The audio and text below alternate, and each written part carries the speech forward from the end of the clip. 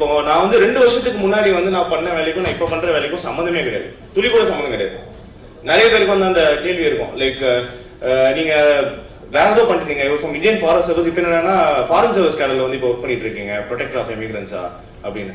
இது வந்து ரொம்ப காமன். இது வந்து நான் I don't want to go very deep, but ஆனால் ஒரு சர்வீஸ்ல வந்துட்டு இன்னொரு மினிஸ்ட்ரி போகிறது வந்து ரொம்ப காமனாக நடக்கிற ஒரு விஷயம். அது வந்து நீங்கள் சர்வீஸ்க்கு உள்ளே வந்ததுக்கப்புறம் யோசிக்க வேண்டிய ஒரு விஷயம். பட் நான் இது வந்து என்ன கரெக்ட் சொல்கிறேன் அப்படின்னா, diversity in work is very high in civil service.